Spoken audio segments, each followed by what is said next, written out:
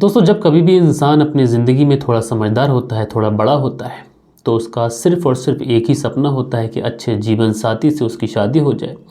अगर कोई लड़की है तो वो सोचती है कि उसके सपनों का जो राजकुमार हो वो उसके लिए पूरी दुनिया से लड़ जाए और उसके सारे शौक़ भी पूरे कर दे। इस तरीके से एक पति का सपना एक लड़की देखती है। वहीं एक लड़का एक लड़की ढूंढते समय इस चीज़ों का ध्यान रखता है कि लड़की एक तरीके से उसका जो चरित्र है वो अच्छा होना चाहिए, यानी उसके घर परिवार को वो लेके चलने वाली होना चाहिए, उसके माता पिता का ख्याल रख सके। इस तरीके के सपने लड़का और लड़की जो है बुनते हैं। लेकिन दोस्तों, कई बार अगर आप लोग देखते हैं तो अरेंज मैरिज में कुछ इस तरीके की चीज़ें होती हैं कि जो लड़की होती है उसका पहले से ही कहीं पे प्रेम संबंध होता है, या फिर जो लड़का होता है उसका पहले से कहीं पे प्रेम संबंध होता है, और उसके बाद में कई बार इन चीज़ों को लेकर क्राइम हो जाता है। यानी माँ बाप को इन बारे में बताया नहीं जाता है और फिर बाद में उसी प्रेमी से और उसी प्रेमिका से जब मिलना जुलना होता है, बात पत्नी को पता चलती है, तो इन चीज़ों को लेकर क्राइम हो जाता है। इसलिए कहा यही जाता है कि अगर लड़का और लड़की पहले से एक दूसरे को जानते हो, यानी अगर ये शादी लव मैरिज हो जाए, तो सारी चीज़ें ठीक होती हैं, अच्छी होती हैं। और इस तरीके का आजकल एक मॉडर्न ज़माने में ये चलन भी बन गया है कि लोग एक दूसरे को जब तक पसंद नहीं करते हैं तब तक शादी नहीं करते हैं। लेकिन दोस्तों, आज की जो कहानी मैं आप लोग को सुनाऊंगा, इस कहानी को सुन के आप लोग चौंक जाएंगे, आप लोग शहर उठेंगे। एक व्यक्ति अपनी पसंद से, अपनी मोहब्बत से, जिसे वो बेनतहा मोहब्बत करता था, उससे शादी करता है और शादी करने के बाद में उसके साथ रहना शुरू करता है। सब कुछ ठीक चलता है, 2 बच्चे भी होते हैं। लेकिन उसके बाद में वो जो महिला थी जिसने इसने प्रेम संबंधों में आके या फिर लव मैरिज की थी, उसके बाद में वो जो महिला जिसकी ज़िंदगी में कोई और व्यक्ति आता है और उसके बाद में वो जो करती है, यकीन दोस्तों, इस केस की गूंज आज पूरे देश में घूम रही है। तो दोस्तों, क्या हुआ था इस पूरी घटना के अंदर, परत दर परत, पॉइंट टू पॉइंट विस्तार से मैं आप लोग को बताऊंगा। बस आप लोग इस वीडियो में अंत तक बने रहिएगा। तो दोस्तों, रात के 10 बज चुके हैं। मैं हूं आप सभी का अपना शावेज़ मलिक और हाजिर हूं आप लोग के सामने फिर से एक क्राइम की कहानी को लेके, एक क्राइम की स्टोरी को लेके। और दोस्तों, आप लोग के जो भी कॉमेंट्स हैं कल के दिन जो आप लोगों ने किए थे, ये वीडियो के अंत में मैं अपने व्यूवर्स के साथ में शेयर करूंगा। तो आप लोग इस वीडियो में अंत तक बने रहिएगा। तो ज़्यादा वक्त न लेते हुए सीधा सीधा इस कहानी का रुख करते हैं। और दोस्तों, आज की जो घटना मैं आप लोग को सुनाने जा रहा हूँ, ये घटना है बिहार प्रदेश की। और बिहार प्रदेश का एक, आप सभी को पता है, ज़िला पड़ता है हाजीपुर, और इसी हाजीपुर का एक इलाका पड़ता है बलबा कुआरी इलाका। दरअसल इसी बलबा कुआरी इलाके में इसी 8 अक्टूबर साल 2023 को वहीं के कोतवाली में एक फ़ोन आता है। दोस्तों, रात्रि के करीब 11 बजे के आसपास ये फ़ोन आता है। अब फ़ोन पे जो सामने से बताया जाता है, पुलिस को ये बताया जाता है, दरअसल इसी बलबा कुआरी इलाके में एक प्राइवेट स्कूल है। इसी प्राइवेट स्कूल में एक जो प्रिंसिपल है वो अपने स्कूल के ही अंदर कैंपस में उनका घर है, और वहीं पर कुछ अज्ञात लोगों ने घुसकर उनके ऊपर गोली चला दी, जिसकी वजह से उनकी मौके पे ही मौत हो गई। अब दोस्तों, पुलिस जब रात के 11 बजे इस तरीके का कॉल सुनती है तो पुलिस भी तुरंत अलर्ट होती है, एक्शन में आती है। पुलिस अपनी गाड़ी उठाती है और पुलिस की जो टीम थी जब मौके पर पहुंचती है तो वहां पर देखती है क्या, इसी बिहार के हाजीपुर में जो इलाका पड़ता है बलबा कुआरी, यहीं पर एक प्राइवेट स्कूल है। इसी प्राइवेट स्कूल में सुधीर नाम का व्यक्ति, जो कि अपने ही स्कूल में एक कैंपस की साइड में उसने अपना एक घर टाइप का था, उसका कुछ कमरे, वहीं पर जब पुलिस पहुंचती है तो देखती क्या है, लोगों का हुजूम वहाँ पर मौजूद है। और जो सुधीर है, इनकी किसी ने गोली मार के हत्या की गई। अब गोली इस तरीके से मारी गई है कि गोली सीधा सर में लगी है और सर पूरी तरीके से गोली की वजह से उसकी धज्जियाँ उड़ गई हैं। जब इस तरीके का मामला पुलिस देखती है तो पुलिस तो एकदम से चौंक जाती है, पुलिस घबरा जाती है कि इस तरीके का मामला हो गया। स्कूल का प्रिंसिपल, आखिर किससे क्या दुश्मनी, आखिर किसने हत्या कर दी। और वहीं पर जो मौके पे पत्नी होती है, उस पत्नी का भी रो रो कर बुरा हाल होता है। सुधीर के 2 बच्चे भी थे, उनका भी बुरा हाल होता है। दोनों आपस से बाहर होते हैं कि कोई पिता की हत्या कर गया। अब दोस्तों, पुलिस इस पूरे मामले में छानबीन शुरू करती है। सबसे पहले डेड बॉडी को अपनी कस्टडी में लेती है और डेड बॉडी को कस्टडी में लेने के बाद में उस डेड बॉडी को पोस्टमार्टम के लिए भेजती है। अब दोस्तों, उधर डेड बॉडी पोस्टमार्टम के लिए भेजी जाती है, इधर पुलिस के सामने सबसे बड़ा सवाल ये था कि आखिर ये जो हत्या हुई है ये इस तरीके से हुई है कि जो सुधीर थे ये अपनी पत्नी और अपने बच्चों के साथ में उसी घर के अंदर मौजूद थे, और रात के अंधेरे में अगर कोई अज्ञात आया था तो उसने सिर्फ सुधीर को ही निशाना बनाया, बच्चों और पत्नी को कुछ नहीं किया। आस पड़ोस के लोगों से भी पूछताछ करी जाती है, पत्नी से भी पूछताछ की जाती है, उसके भी बयान लिखवाए जाते हैं। तो पत्नी बताती है कि दरअसल साहब, मैंने रात के अंधेरे में देखा कि कुछ लोग, ऐसा मुझे लगा कि 2-3 लोग भागते हुए दिखाई पड़े। अब पुलिस उस महिला के यानी जो सुधीर है उनकी पत्नी के बयान दर्ज करती है और बयान दर्ज करने के बाद में इस पूरे केस में बड़ी सतर्कता से फूंक फूंक कर अपना एक एक कदम रखती है। अब दोस्तों सबसे पहले पुलिस सुधीर के बारे में जानकारी जुटाती है। दरअसल जो सुधीर थे ये इसी सदर थाना क्षेत्र में जो बलबा कुआरी इलाका है यहीं पर इन्होंने किराए पर एक ज़मीन ली थी और यहीं पर एक प्राइवेट स्कूल चलाया करते थे। लेकिन सुधीर की जो पत्नी थी करीब 8 साल पहले सुधीर ने जो पत्नी सुमन थी इससे लव मैरिज से शादी की थी और उसके बाद में इनके 2 बच्चे भी हुए। ज़िंदगी जो थी वो खुशहाल चल रही थी, ज़िंदगी में किसी चीज़ की कोई कमी नहीं थी। और जब सुधीर की पत्नी से भी इस बारे में पूछताछ की जाती है, सुमन से पूछताछ की जाती है, तो उसने भी यही बताया कि रात के अंधेरे में उसने देखा कि 2 व्यक्ति भागते हुए जा रहे थे और वो उनको पहचान तो नहीं पाई। अब दोस्तों पुलिस इस पूरे केस में छानबीन शुरू करती, सही तरीके से करती, लेकिन पुलिस के सामने जो मर्डर था ये पूरी तरीके से ब्लाइंड था। कहीं से भी पुलिस को कोई ऐसा सुराग दिखाई नहीं पड़ रहा था कि जिससे ये अंदाज़ा लगाया जा सके कि कातिल कौन है और किस वजह से हत्या हुई है। पत्नी से ये भी पूछा जाता है कि किसी से कोई दुश्मनी थी या फिर हाल फिलहाल में किसी के साथ में कोई झगड़ा हुआ हो या फिर किसी ने इन्हें धमकी दी हो या फिर कोई लूट का मामला। अब पुलिस घर में लूट के एंगल से भी जांच पड़ताल शुरू करती है तो वहाँ लूट का भी कोई एंगल दिखाई नहीं पड़ता है। इसलिए पुलिस इस पूरे केस को बड़ी ही सतर्कता से, बहुत ही चालाकी से आखिरकार जो अपनी तफ्तीश थी उसको और कई गुना तक तेज़ करती है। लेकिन दोस्तों जब पुलिस को ये पता चला था कि जो सुमन से सुधीर ने शादी की है ये लव मैरिज की है और लगभग साल 2015 के आसपास ये शादी हुई थी, तो इसलिए पुलिस इस लव मैरिज वाले एंगल पर अपनी तफ्तीश शुरू करती है। अब जब पुलिस इस एंगल पर तफ्तीश शुरू करती है तो इस पूरी कहानी में पुलिस को कोई भी विलन नज़र नहीं आता है। यानी ये जो लव मैरिज वाला एंगल था ये तो एक तरीके से क्लियर दिखाई पड़ रहा था, यानी जो पति पत्नी है इनके बीच में किसी तरीके का विवाद नहीं। अब उसके बाद में पुलिस जो है वो स्कूल के एंगल से छानबीन शुरू करती है कि स्कूल में कुछ ऐसी चीज़ें हुई हो किसी के साथ, कोई अनबन किसी टीचर के साथ में। अब यहाँ पर जब पुलिस अपनी छानबीन शुरू करती है तो पुलिस को एक ऐसा क्लू मिलता है जिस क्लू से ये जो पूरा केस था ये परत दर परत खुलता चला जाता है। दरअसल यहाँ पर पुलिस को पता चलता है कि पिछले कुछ दिनों पहले ही सुधीर ने एक व्यक्ति को स्कूल से किसी नाराज़गी की वजह से निकाल दिया था जो कि इस स्कूल में प्राइमरी टीचर था। अब जिस व्यक्ति को निकाला गया था इस व्यक्ति का नाम प्रभात था। अब पुलिस को लगता है कहीं ऐसा तो नहीं कि जो प्रभात है इसने दुश्मनी की वजह से या फिर कुछ ऐसा कर दिया हो, इसलिए पुलिस अब अपनी जांच छानबीन जो थी वो इस एंगल पे शुरू करती है। अब दोस्तों पुलिस जब अपनी जांच पूरे इस एंगल पर करती है तो पुलिस को बड़ी कामयाबी हासिल होती है। दरअसल पुलिस को पता चलता है कि सुधीर ने प्रभात को जिस वजह से निकाला है वो वजह कुछ ऐसी है। दरअसल जो सुधीर की पत्नी है सुमन, जो कि पहले लव करती थी सुधीर से, उसके बाद में उसकी पत्नी बनी, 2 बच्चे हुए, लेकिन इसके बाद में इसकी ज़िंदगी में प्रभात आता है। प्रभात जो कि सुधीर के ही स्कूल में टीचर था। अब जब प्रभात इसकी ज़िंदगी में आता है उससे इसकी एक तरीके से नज़दीकियाँ बढ़ती हैं, अब ऐसे संबंध बनते हैं, ये रिश्ता एक तरीके से कलंकित होता है। लेकिन दोस्तों कहते हैं ना कि इश्क और मुश्क कितना ही छुपाओ, बिल्ली चाहे कितनी ही आंख मूंद कर दूध पिए वो सोचती है कि उसको कोई देख नहीं रहा है।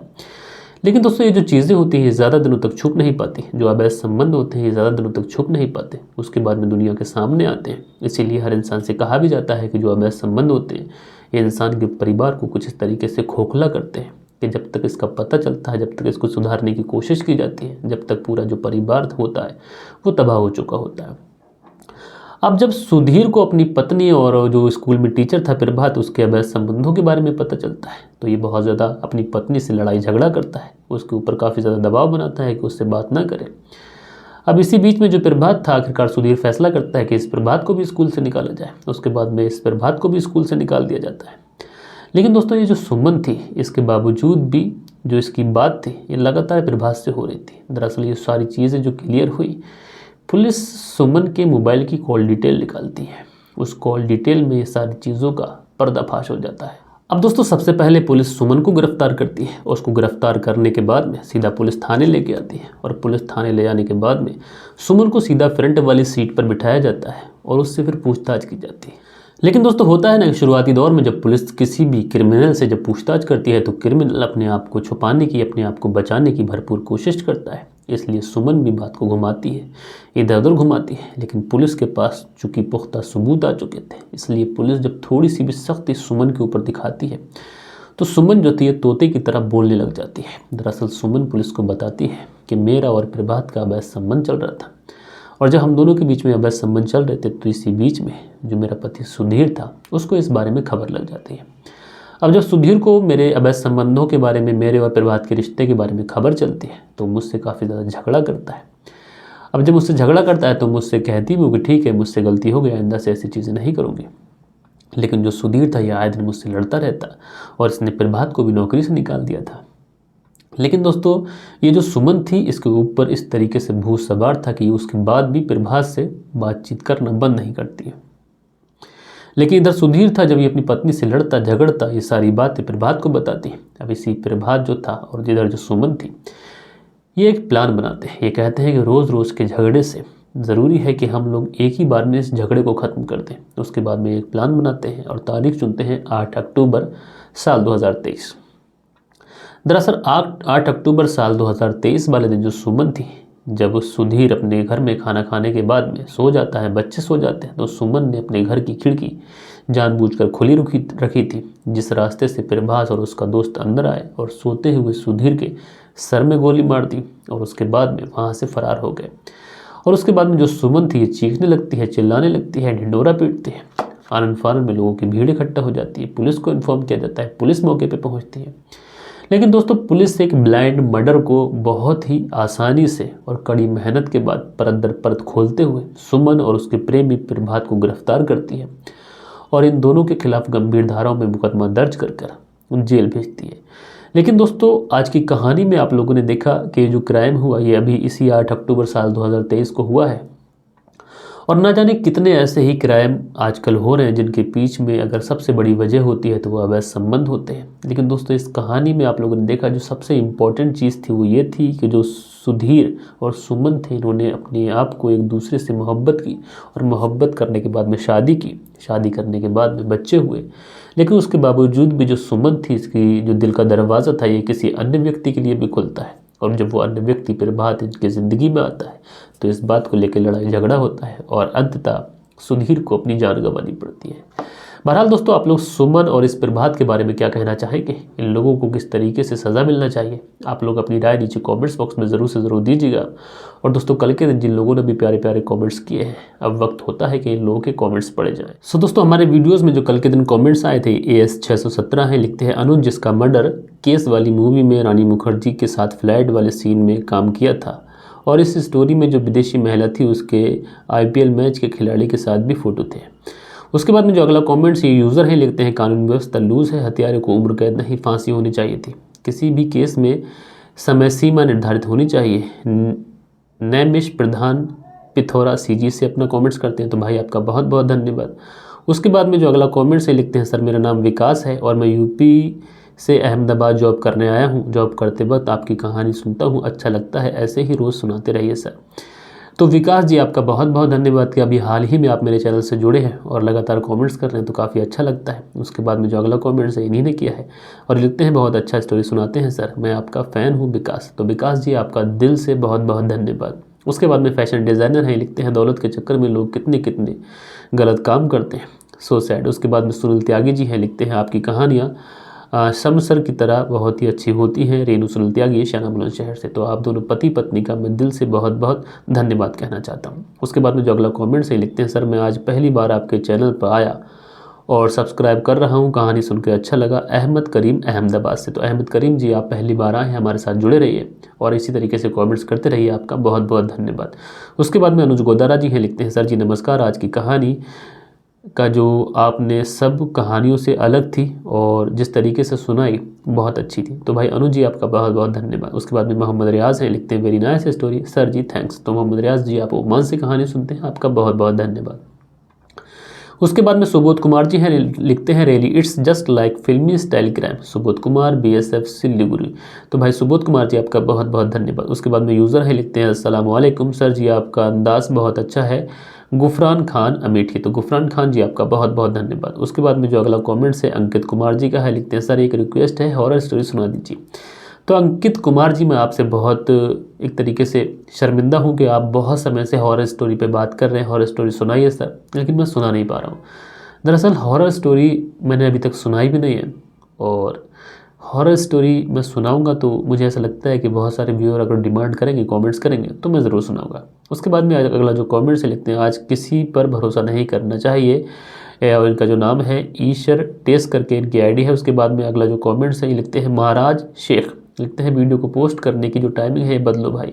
तो कल के दिन थोड़ा लेट हो गया था, 10 बजे की हमारी टाइमिंग है, और पहले ठाकुर साहब जो थे वो 10 बजे कहानी डालते थे तो मैं 10:10 पे डालता था। अब वो 8 बजे डाल रहे हैं तो मैं 10 बजे डाल रहा हूँ।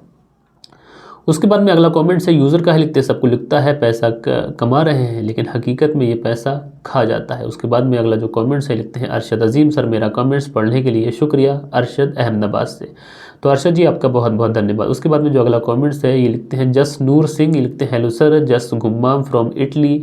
सर मेरी बेटी का बर्थडे है 26 दिसंबर को, सर आप विश कर देना प्लीज़। मेरी बेटी का नाम मनसिरत घुम्मान है। तो आपकी जो बेटी है मनसिरत घुम्मान, उनको 26 दिसंबर वाले दिन उनके जन्मदिन की ढेर सारी बधाइयाँ मेरी तरफ से, मेरे व्यूवर्स की तरफ से, और आने वाली ज़िंदगी में वो काफ़ी तरक्की करें और अच्छे से अपनी जो लाइफ है उसको सेट करें, अच्छे से पढ़ाई लिखाई करें। उसके बाद में अगला जो कमेंट्स है AS 617 है, लिखते हैं शावेद जी वीडियो का स्टार्ट होने से पहले नंबर काउंटिंग के टाइम जो म्यूज़िक आता है बहुत बहुत लाउड होता है, उसे कम करने की कृपा करें। आज की कहानी का अलग विषय था इसलिए आपका धन्यवाद। तो मैंने आपको कमेंट्स किया है उसमें आपकी मैंने रिप्लाई किया, उसमें बात हो गई होगी। उसके बाद में जो अगला कमेंट्स है PK है, लिखते हैं भाई सलमान खान की पिक बाहर क्यों लगाई है। तो बस वो एक डेमो पिक थी। उसके बाद में नासिर पठान जी है, लिखते हैं सर मैं बिजी हूँ, घर में शादी है। तो नासिर पठान जी शादी निपटाइए, कहानी सुनते रहिए, शेयर करते रहिए। सो दोस्तों ये कुछ कमेंट्स थे प्यारे प्यारे जो कल के दिन आप लोगों ने किए थे। आशा करता हूँ आज की कहानी भी आप लोग को पसंद आएगी और आप लोग को हमारा एफर्ट पसंद आता है, हमारा स्टाइल पसंद आता है कहानी सुनाने का। तो आप लोग लाइक करिए और वीडियो को शेयर करिए। कोई कमी लगती है वीडियो में तो वो भी बताइए, क्योंकि अगर आप लोग बताएंगे तो हम लोग उसको ठीक करेंगे, जिससे आप लोगों तक कहानी जो है बहुत ही सरल और सिंपल शब्दों में मैं पहुंचा सकूं। तो मिलते हैं दोस्तों कल के दिन, अपना ख्याल रखिएगा किसी और क्राइम स्टोरी के साथ में। जब तक के लिए जय हिंद, जय भारत।